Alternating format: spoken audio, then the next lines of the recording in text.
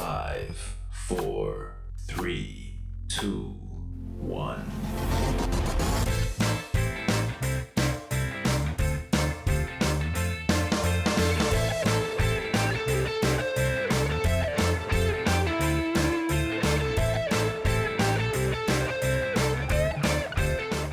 Hello and welcome to TrojanVision's The Week That Was, covering the news and events for the week ending Friday, September 18th, 2020. I'm your host, Aaron Taylor. Well, Troy University students have a new way to get on-the-job experience while being enrolled in school full-time that won't overload their schedule. The new program will allow students the chance to work for companies during a normal semester and get class credit. Allison Polk tells us how it works. How do you get a job without experience? How do you get experience without a job? This dilemma has plagued college graduates for decades. However, there is a new program being offered by Troy's Office of Career Services that will help solve the problem. The CoOp is our new program we've launched on campus. It is an opportunity for students to have hands-on experience in the workplace. So a CoOp actually operates, it's a 1 semester on where you work at a CoOp location or an employer, full-time, 40 hours a week paid.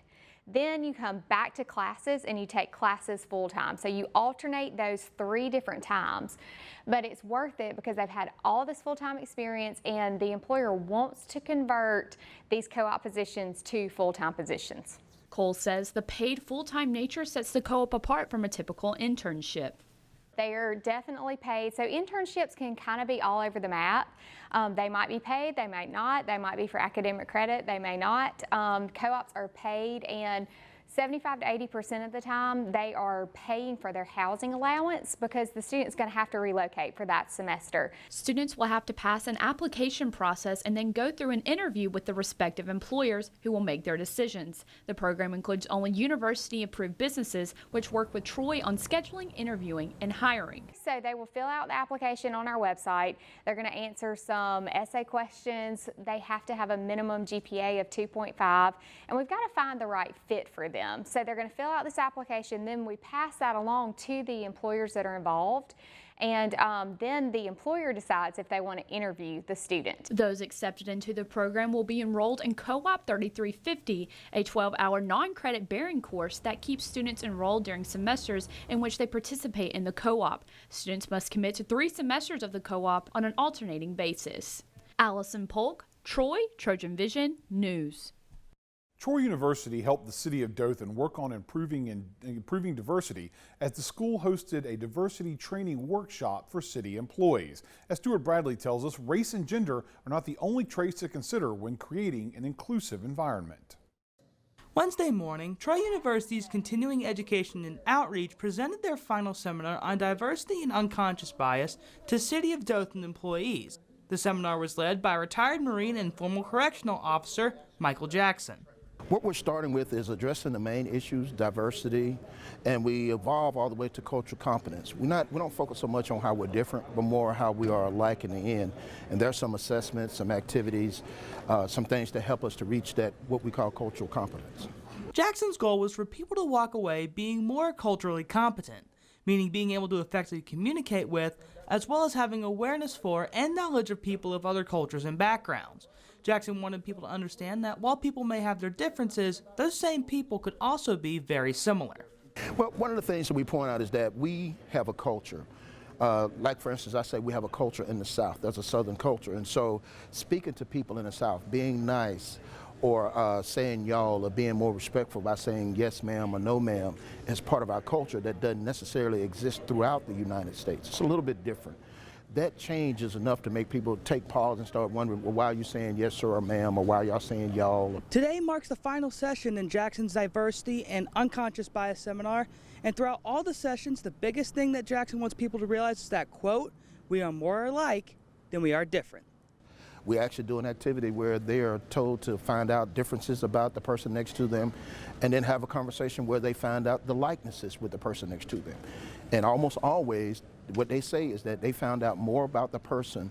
They were more alike than they were different. Reporting from Dothan, Stuart Bradley, Troy, Trojan Vision News. Every year, Troy University's Sorrell College of Business puts the focus on its students studying accounting at their annual Accountancy Day. While the day normally serves an opportunity for accounting majors to meet and greet accounting professionals, this year was scaled back due to the coronavirus. Simon Schuessler has the details. Despite a scaled-back event due to coronavirus, attendees at the annual Accountancy Day still had plenty to cheer about.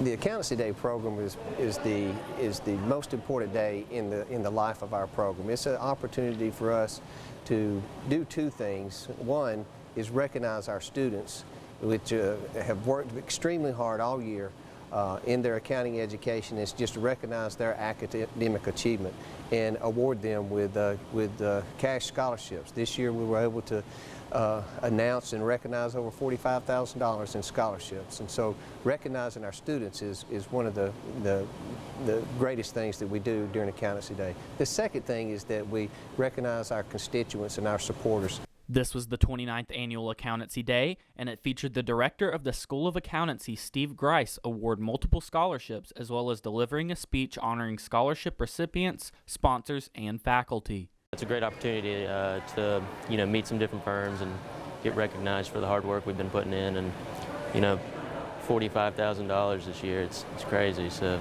I'm just honored to be here. With COVID-19 still a threat, the accountancy department still wanted to put this event together, so extra precautions were exercised. We did not have a browse session with the CPA firms where they set up tables. We did not have the practitioners in the classroom this year, and we did not admit individuals into our Hall of Honor this year because it was not a good year to do that. But there's never a good year to skip in recognizing our students. Simon Schuessler, Troy, TrojanVision News. We'll take a short break, but when we return, we'll take a look at some of the ways Troy University is making adjustments due to the coronavirus. Stay tuned, we'll be right back.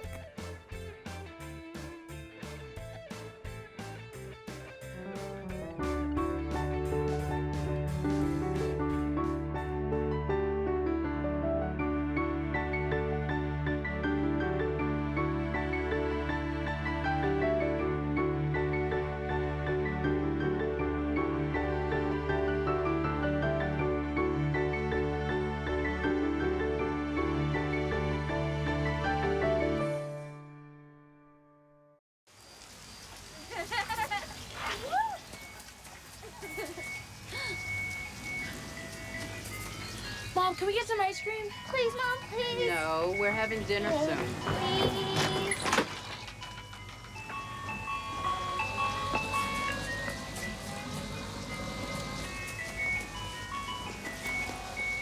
You don't have to be perfect to be a perfect parent. There are thousands of children in foster care who will take you just as you are.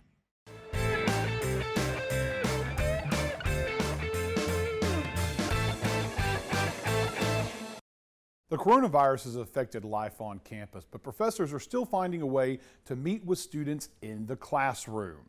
We'll find out how in this next story. In the era of COVID-19, masks are required, social distancing orders are set, and hand sanitizer is everywhere. But for professors and teachers all around the world, alternative ways of teaching has become their new normal. Well, we are doing a mix, at least in my classes, of both in person and online. Normally we'd be in the classroom all the time, but I'm trying to find a way to balance having the students being able to work in the classroom, being able to do online assignments, just having that mix of being able to have different ways and have unique ways to be able to continue for the students to be able to learn, but also, figuring out what we need to do thanks to COVID-19. At Troy University, professors are using the pod system to break up classes with large amounts of students and then meet on alternating days.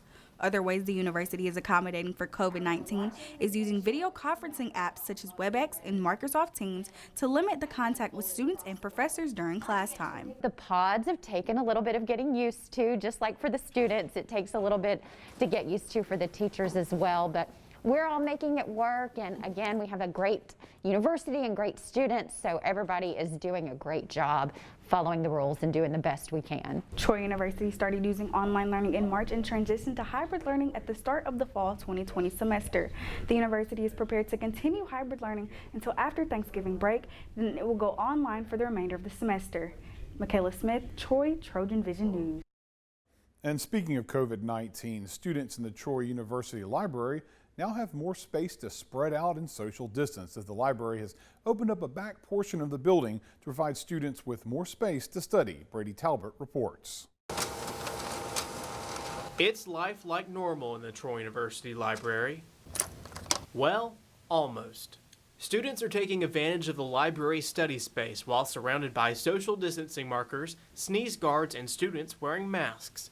Previously, only the main portion of the facility was open, but as of Friday, more study spaces in the back have been made available to social distance students. We've reached a point now where we have enough students coming in that it's becoming hard to find a computer, and it's also becoming a little hard to socially distance. And so what we've done is open the rear area of the main floor, which is a pretty vast area. We've got more computers back there. And if we need to, because the computers are all in ones and they have Wi-Fi, we can start putting out more computers if that becomes a problem. Students are advised to wipe down their work areas after their study sessions. Masks are required when social distancing practices cannot be accomplished. Students have really been remarkably cooperative. Everybody seems to be wearing the mask. If you see somebody who does not have on a mask, usually they have created like a 20 or 25 foot distance between them and the next human being, which to me, that's being quite responsible. Now, the third floor of the building is still closed off to students, but librarians say they will retrieve books from upstairs. What we will do is come get you a book if you want it, but we're trying to contain movement around the building. In the Troy University Library, Brady Talbot, Troy, Trojan Vision News. And due to the coronavirus outbreak, sorority life on campus looks different than the typical school year. But the one thing that has not changed is the desire to help others. Allison Polk spoke with Panhellenic President Katie Talley, who oversees sororities at Troy, to discuss the decision to allow philanthropy events this semester. One of the main goals in Greek life is to raise money for an organization's philanthropy. Through the years, sororities have put on many events for Troy University students to enjoy while raising money for a good cause. With the effects of COVID-19, the Troy University Panhellenic Council is questioning whether these events could be possible this semester. We spoke with Panhellenic President Katie Talley, who told us the final decision on the matter. So one of the main concerns with Philanthropy Weeks was having super spreader outcomes or situations, and so we're trying to avoid that with really suggesting outdoor events, because we want to still raise awareness and money for the causes, but we're trying to avoid super spreader events. The impact on the community, not only local but within each organization, I think impacted our decision. And even though sororities are allowed to have philanthropy events, they have to follow the strict guidelines the Panhellenic Council has put in place. So we do have guidelines. If it's an inside event, you can only have 50 people or less with social distancing guidelines, of course. But if it's an outside event, having 100 people is allowed. Another way we're keeping everything safe is keeping very detailed list of who's there, who they were sitting by, things like that.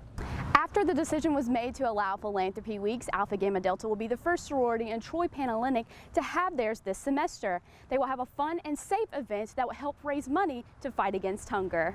So Alpha Gamma is having an event on the 10th next week at 6 p.m. at Janice Hawkins. Social distancing and masks are still required, but this is a good way to get everyone involved, playing games and having fun that night. We're going to take another quick break, but when we come back, Troy University's Trojan Outreach is trying to help students start their semester in a healthy way. We'll show you how coming up right after this, so stay tuned.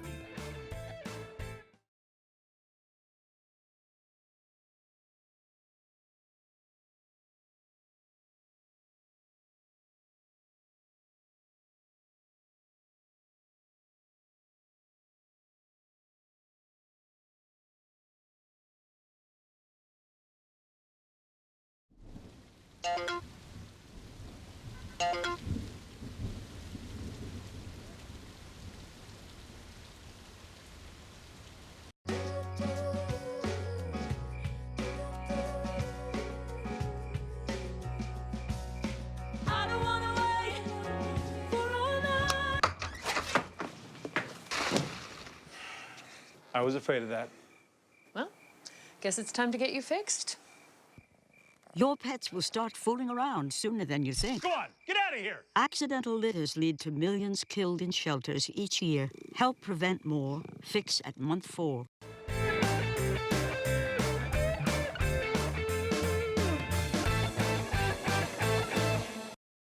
Troy University's Trojan Outreach has a mission to help spread awareness about issues affecting the health and wellness of the student population.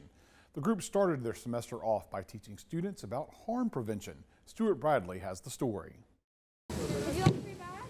Those words echoed throughout the Bibgraves Quad Wednesday morning as Trojan Outreach handed out harm prevention bags to Troy students.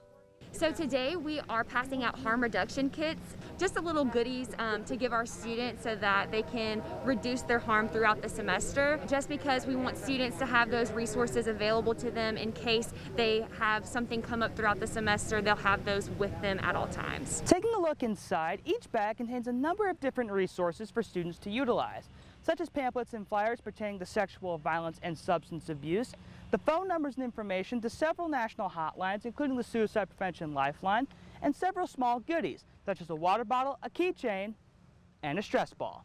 The best possible outcome would be for students to use the resources that we have in the bags. For example, we have some resources to different parts of campus, such as the Student Counseling Center, the Learning Center. Hopefully, with this harm reduction kit, students will be able to use these resources. They'll have them in their grasp, and we'll see an increase of services used here on campus. Trojan Outreach wanted to start the semester strong, as COVID-19 will limit some of the things they'll be able to do this semester. The organization hopes that the bags will ensure a brighter and less stressful year for Troy students. College students, especially during this crisis and this pandemic, we're going through a lot. And so giving these students these resources to reduce harm in any way, shape, or form allows us to make sure that we're reaching and impacting students, and we're helping them have the best 4 years here that they can.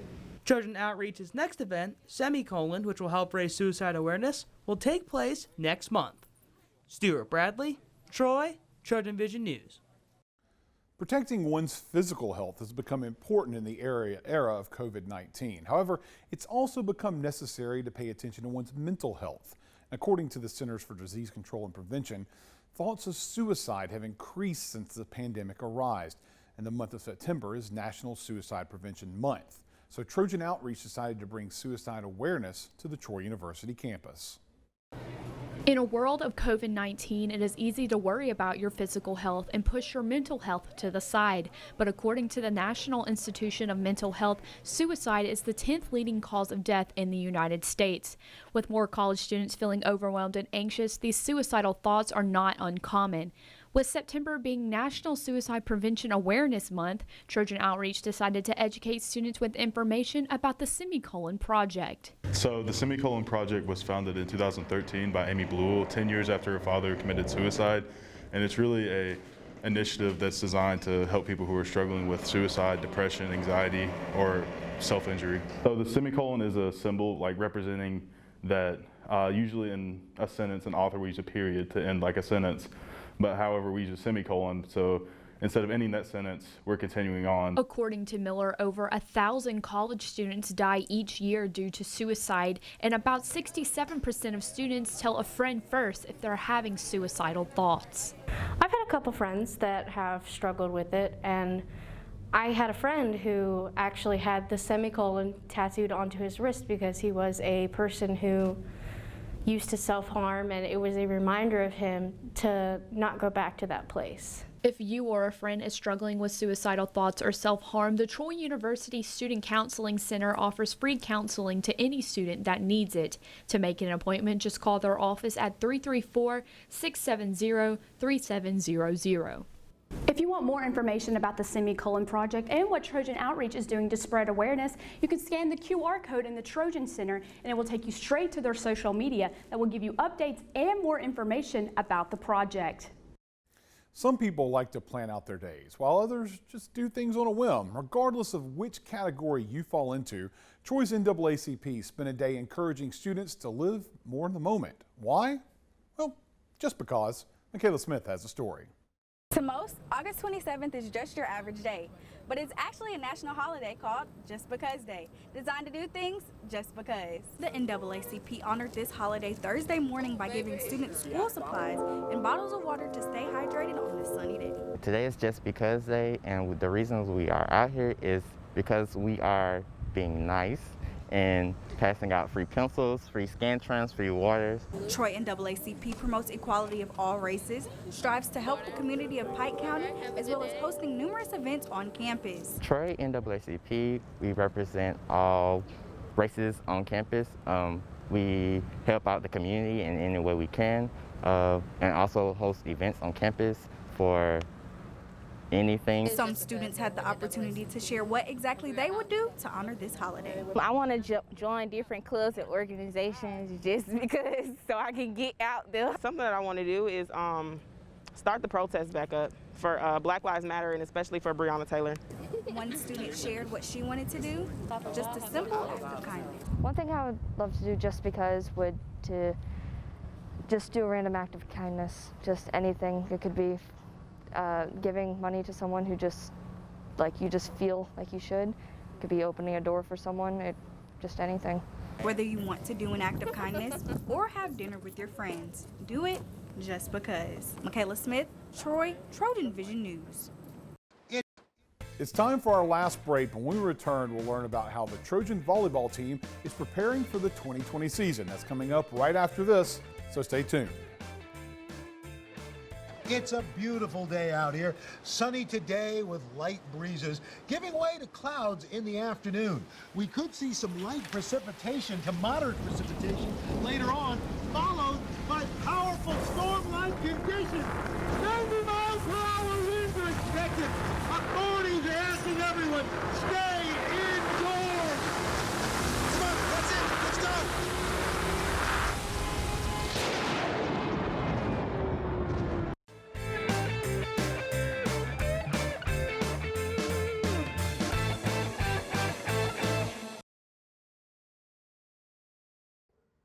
Hello and welcome to Trojan Talk. I'm your host, Aaron Taylor. With me today is Josh Lauer, head coach of the Trojan volleyball team.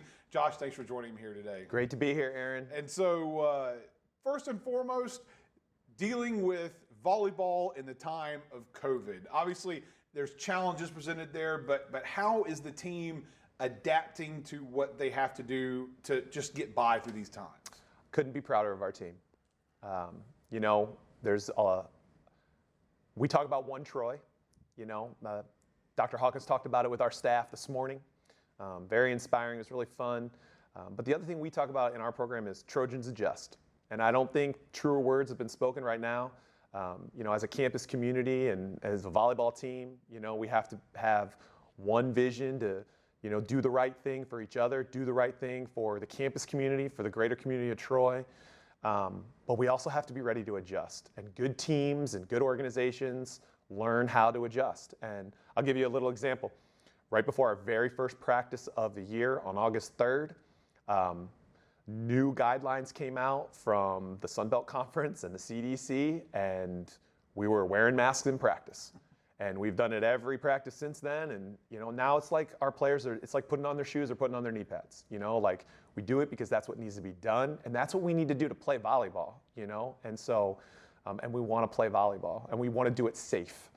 So Trojans adjust. Adjust. Well, let's talk about adjusting from a record season, historic season, moving into this season. You're getting that team basically is back again. You've got some of your top players been recognized by the conference, but having that historic season last year, seeing the first ever postseason play, moving into this season, which is going to be a unique season in and of itself. How is that making that transition, and how do you see the team making the adjustment to keeping things going the way, it's keeping the train on the tracks? Yeah, I think that they were really excited if it was going to be a really normal year, right? Like it just made a whole lot more sense. Man, everybody's coming back, and we're going to go for it and things like that. I don't think our focus has necessarily changed about us getting better and trying to be the best team that we can be. But the situation is different, right? Like the schedule is very different. At any time we could be with or without a player for no fault of anyone's. It's just the new environment. So I think that when they first got back, we're gung-ho. You know, you get in a little bit deeper and you realize being off for 5 months is challenging. So we went through a little valley there, you know, physically and a little bit mentally and emotionally, just because of, you know, dealing with, you know, the changes. But I think we've kind of come through that valley, and I think they're really excited to play. As a matter of fact, you know, the question that I was getting this past week was like, hey, why didn't we play last weekend? Because some teams did start playing, you know, and everything kind of laid itself out, you know, for us to stick with our conference schedule, prepare the right way. And I can tell you, you know, like we're managing expectations right now. You know, we need to have the expectation that we're going to be our best given the environment of this year. And if we do that, that's how we measure success. Now, I think we firmly believe that our best is extremely competitive. Good. And you talk about that schedule, and that's one of the different things this year is because you're playing a conference-only schedule, but you're also packing a lot of games into a weekend, a potential to have to play 15 sets over the course of 2 days. And that, I know that's got to be tough, but talk about how that new schedule is going to play out for you guys. Yeah, I think there's parts of it that we're really going to like. I think preparing for one opponent in a week is going to be really good because we don't have to find ways to split time. We can have one single focus. I think traveling to one place, you know, is better for our rest and recovery and our ability to be great each match when we're on the road. So I think there's some real advantages to it. Obviously, we don't get as much diversity. You know, we're only playing the divisional side. We're only playing the East. So, so that's going to be different. But I also think for us as a team, and this is one of the things I like, and I think it goes back to your last question about our continued growth, you know, and pursuit of being a championship level program. How do we go out and be our best, no matter the opponent, on the other side of the net every night? And when you're playing the same opponent, you know, multiple times in a row, I think that really gives you the opportunity to challenge that and test that and learn how to do that. You know, if you come out and you go up 2-0, you know, can you come out and have the same type of, you know, focus and intensity for the third match? If you're down 0-2, can you come out and regroup for a third match? If it's 1-1, you know, and you're going into that last match, like, can you, you know, get yourself in the right place competitively? So I think there's some things that we can really use to help our continued growth, you know, as we mature. And Aaron, we have this group this year. But the fun part is we have this group next year too. Next year, so still building up. Right? Now let's talk about returning. Obviously, you had 2 preseason selections on the Sun Belt team. 2 players who obviously deserve recognition from last year to this year, Cheyenne and Amara. Obviously, still that core of the team, the leadership of that team right there. Yeah, we've leaned heavy on our leadership, especially over the, you know, I call it our hiatus. You know, just to stay organized and stay connected, you know, and I think part of our growth as a staff and as a program, you know, I firmly believe that we're here to empower our players to pursue their passions, pursue their goals, right? And one of the hardest things as a coach is to kind of give over the guidance and give over the, you know, some of the parts of leadership to your experienced players. And so that's a process for us as a coaching staff, but it's also different for our players. It's different for, you know, our returners to feel a little bit more leadership responsibility that we need them to take because that's what great teams do. And so we've leaned on Amara, we've leaned on Shai, we've leaned on Lacey Jeffcoat, you know, but we're really fortunate. This is the first time since we have been here that we have more upperclassmen than we do underclassmen. And I also feel like our underclassmen are more talented, you know, than we've ever had. So that's really exciting. But having that junior class, you know, the Halston Hilliers and the Caitlin Coopers and, you know, Isabella Mitchell and Natalie Hummel, you know, that junior class, Avery Cason, like they really have been a huge reason why the program is changing. Well, can't wait to see the team in action here at Trojan Arena once things get kicked off. I want to thank you for joining us here today and good luck on the season. So thank you for joining us on today's edition of Trojan Talk. And that's the week that was. To find out what's happening on a daily basis, you can tune in to Troy TrojanVision News at 5, 6:30, and 10:30, Monday through Friday. And until next week, have a good week.